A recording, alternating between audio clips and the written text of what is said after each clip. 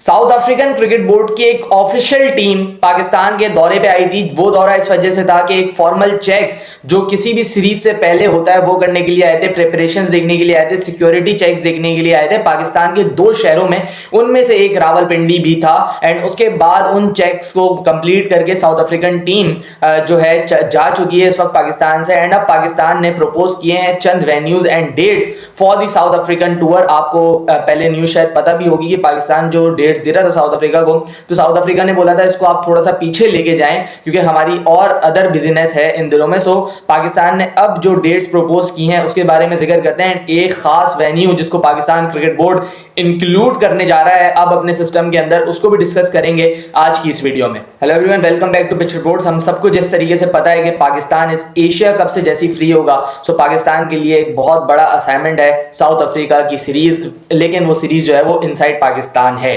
बहुत highly anticipated series है। South African team WDC champion है और ओडीआई क्रिकेट की अगर मैं बात करूं तो अभी 2 दिन पहले ही इंग्लैंड को सीरीज हराई है। उससे पहले ऑस्ट्रेलिया को ऑस्ट्रेलिया में सीरीज हरा के आ रहे हैं। So they are in rich vein of form. उसके बाद अगर मैं T20 की बात करूं तो वहां के भी वो फाइनलिस्ट हैं। सो साउथ अफ्रीका की बहुत बड़ी साइड है and they are performing really well in each and every format of the game. और पाकिस्तान ने लास्ट ईयर जिस तरीके से साउथ अफ्रीका को टूर किया था, अब साउथ अफ्रीका की बारी है to return the favour. Same amount of matches पे ये सीरीज मुश्तमिल होगी, विच मींस जैसे पाकिस्तान ने 2 टेस्ट खेले थे, यहां पे भी आपके 2 टेस्ट हैं। फिर उसके बाद 3 ओडीआई जैसे वहां थे यहां पे भी, एंड 3 T20 जैसे वहां पे थे यहां पे भी मौजूद हैं। दोनों बोर्ड के दरमियान जो है अब डेट की फाइनलाइजेशन होनी थी बिकॉज सीरीज बहुत ज्यादा करीब है।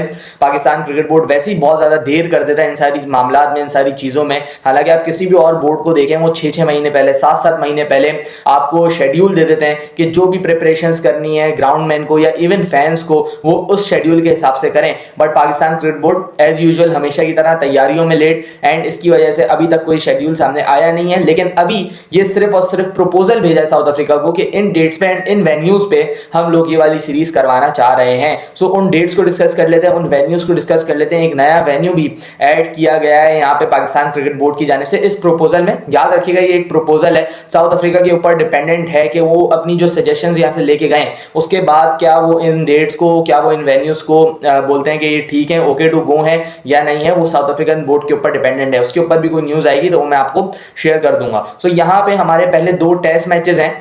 तो टेस्ट मैचेस आपके पास उसकी प्रपोज की गई है डेट 12 अक्टूबर पहला test match and that will be in Lahore, and then 20 October को second test match in Rawalpindi. ये प्रपोजल्स हैं फॉर द टेस्ट सीरीज।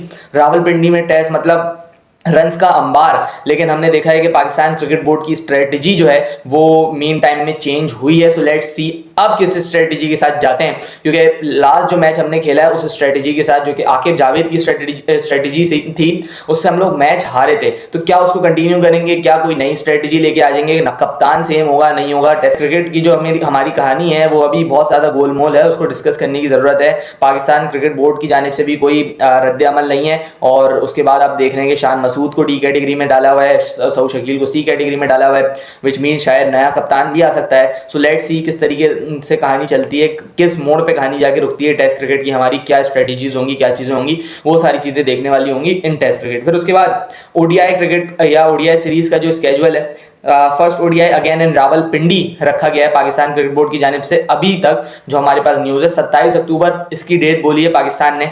और उसके बाद second and third ODI games that will be इन फैसलाबाद। फैसलाबाद को इंटरनेशनल क्रिकेट पाकिस्तान यहाँ पे देने का सोच रहा है। आफ्टर 2007 यहाँ पे कोई मैच खेला जाएगा अगर तो ये प्रपोजल एक्सेप्ट होता है।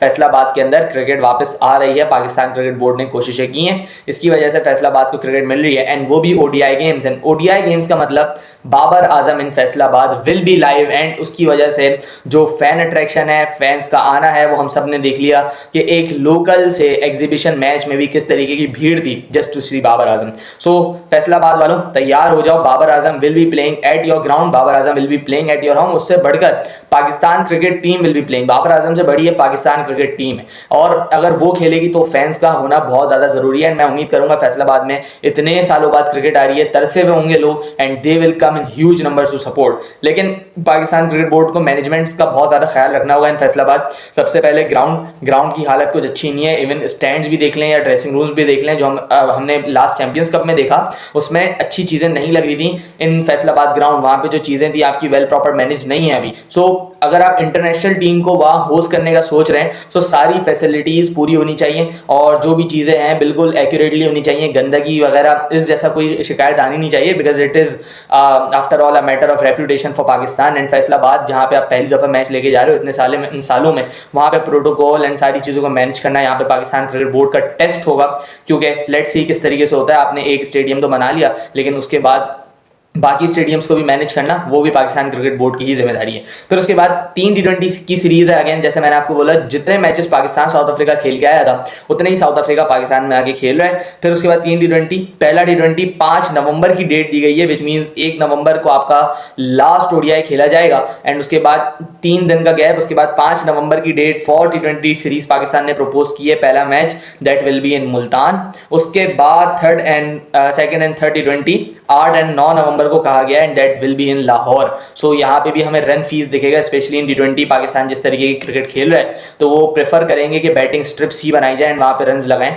बहुत इंपॉर्टेंट ये है कि पाकिस्तान एशिया कप कैसा खेलता है before going into the series. अगर पाकिस्तान एशिया कप में अच्छी परफॉर्मेंस देता है, पाकिस्तान शायद जीत जाए एशिया कप, तो उसके बाद हमारे लिए साउथ अफ्रीकन सीरीज बहुत ज़्यादा इंपॉर्टेंट हो जाएगी, बिकॉज लोगों का इंटरेस्ट वापस से एक दफ़ा पाकिस्तान क्रिकेट के अंदर आ जाएगा। सो आप इस स्क्वाड में आपने देखा एक नाम स्टेडियम्स के हवाले से या वेन्यू के हवाले से जो मिसिंग है वो है कराची का नाम। अब लोगों को लग रहा होगा कि ये कराची स्टेडियम की जो रेनोवेशन का वादा किया था मोहसिन नकवी ने उसकी वजह से कराची का नाम नहीं है, लेकिन ऐसी बात नहीं है। कराची में कोई रेनोवेशन का काम फिल वक्त नहीं चल रहा, ना कि लाहौर में।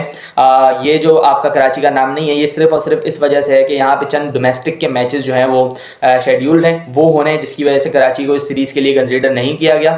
लेकिन जिस चीज़ का वादा मोहसिन नकवी ने किया था कि कराची में भी सेकेंड फेज की रेनोवेशन स्टार्ट होगी after champions trophy and Lahore की जो छत डलेगी उसका भी कोई अता पता नहीं है अभी तक। और हमें पता है कि पाकिस्तान की गर्मी किस तरीके की होती है। हमने रावलपिंडी स्टेडियम देखा है, बगैर छत का स्टेडियम हमारे पास मौजूद है। फिर उसके बाद लाहौर स्टेडियम एक और बगैर छत का स्टेडियम पड़ा हुआ है फिल वक्त। और उसके बाद कराची के स्टेडियम के तो हालात ही, जो कराची में रहते हैं उनको बहुत अच्छी तरीके से पता है कि किस तरीके की फैसिलिटीज़ इनसाइड दी स्टेडियम, क्या व्यू मिलता है आपको। बिल्कुल थर्ड क्लास स्टेडियम बना हुआ है कराची का, लेकिन अभी तक कोई रेनोवेशन के बारे में सोचा नहीं गया है। हालांकि बात तो की गई थी कि कराची को भी बिल्कुल लाहौर वाले तर्ज पे बनाया जाएगा, लेकिन कोई अभी तक रद्द अमल हमें दिखा नहीं है। चैंपियंस ट्रॉफी के बाद सब ठंडे पड़ गए। चैंपियंस ट्रॉफी से पहले पहले जब आपके सर पे एक डंडा था कि आपने इवेंट करवाना तो आपने वहां पे काम कर दिया, लेकिन उसके बाद से कोई renovation, nothing which is going on in Karachi stadium right now and that is alarming situation here. क्योंकि आपके आप अभी अपने मुल्क में देखो, ये एक ऐसा मुल्क है जहाँ पे 22 करोड़ आवाम सिर्फ और सिर्फ एक गेम खेलती है क्रिकेट, और वहाँ के अगर आप स्टेडियम्स देखें तो आपको शर्म आएगी। एक गद्दाफी स्टेडियम आपने बनाया एंड उसकी भी अभी तक छत नहीं है, एंड उस स्टेडियम में अभी अगर मैच करवा दूँ मई के महीने में, वो भी सुबह का मैच, तो कौन आएगा देखने, कितने लाहौरी आएंगे ये हम सबको भी पता है। और जस्टिफाइड है यार, कौन धूप में बैठेगा 45 डिग्री की धूप में, वो सीटें जल रही होंगी जिसपे वो लोग बैठेंगे, सिक जाएगा कोई अगर आके बैठ गया लाहौर के खुले छत वाली स्टेडियम में। सो ये चीज़ें पीसीबी को करने की जरूरत है। आप नए वेन्यूज इंट्रोड्यूस किए जा रहे हो, आपके पास जो वेन्यूज हैं एटलीस्ट उसको तो बेहतर करो। रावलपिंडी स्टेडियम किस तर्ज का स्टेडियम है आई डोंट नो, ना उसके पास कोई प्रॉपर अभी तक विकेट का इंतजाम हुआ है, बिल्कुल पाठे विकेट वैसे ही बनते रहते हैं। एंड देन उसके बाद जो स्टेडियम है उसकी साल से छत नहीं है, वही स्टेडियम आप रगड़े जा रहे हैं। एंड देन आप एक और स्टेडियम इंट्रोड्यूस कर रहे हैं जिसकी सीटिंग कैपेसिटी तकरीबन 15,000 की है, एंड देन उसके बाद अगेन इसकी भी छत नहीं है। सो मैं ये सोच के हैरान होता हूँ कि पाकिस्तान एक ऐसा मुल्क है जहाँ पे साल के 8-9 महीने गर्मी रहती है और शबाब की गर्मी रहती है। ये आप लाहौर साइड पे अगर रहता है कोई, या इवन कराची में भी आजकल रहता है, सो गर्मी का आलम हम सबको पता है कि कराची में या लाहौर में किस तरीके की गर्मी पड़ती है। एंड मई या जून के महीने तो ऐसे होते हैं जैसे मतलब कोई आग बरसा रहा है ऊपर से। सो अगर हमारे मुल्कों में और हमारे जैसे मुल्कों में डबल टायर स्टेडियम या छत के साथ इवन स्टेडियम ही आप प्रोवाइड कर दें लोगों को, अगर वो नहीं होंगे तो फिर किस मुल्क में होंगे, फिर आपकी क्रिकेट कहाँ है। आप जो एक गेम है आपके पास, सारी इन्वेस्टमेंट उस गेम में, आपका बोर्ड इतना अमीर बोर्ड है, 4th रिचेस्ट क्रिकेट बोर्ड है, लेकिन आपके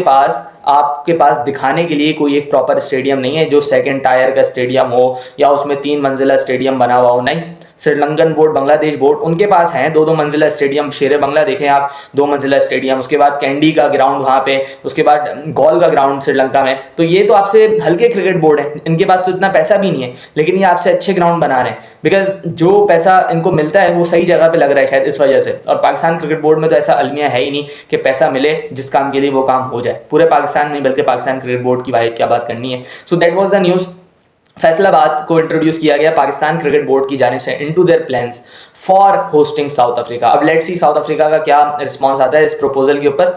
बहुत हद तक उम्मीद है कि यही प्रपोजल एक्सेप्ट होगा and Faisalabad will get to see Babar Azam, Faisalabad will get to see international stars as well as Pakistani stars. So क्या होता है देखेंगे। अगर इस बारे में कोई कंफर्मेशन मिलती है तो आपको ज़रूर आगाह करेंगे। आपकी क्या राय है, आपका कौन सा फेवरेट स्टेडियम इन पाकिस्तान, वो हमें ज़रूर कमेंट्स में बताइएगा। मिलते हैं किसी और वीडियो में, अपना ख्याल रखिएगा। अल्लाह हाफिज़।